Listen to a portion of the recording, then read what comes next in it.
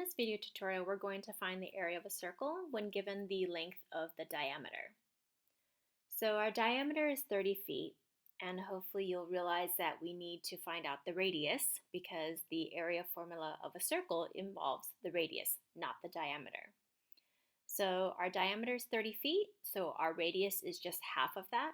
So therefore the radius will be 15 feet. So I'm going to solve this using three different values for pi. The first one will be 3.14 replaced for pi.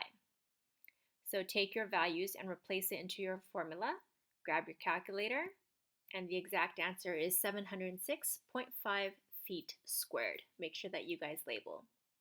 The next value of pi we'll be using is the fraction 22 sevenths. Replace the value for the radius. Grab your calculator, make sure you round to the nearest tenth, and you get 707.1 feet squared. Last but not least, we'll be leaving pi as pi. We're not going to be replacing the decimal or the fraction. Replace the value for the radius. 15 squared gets you 225 pi feet squared.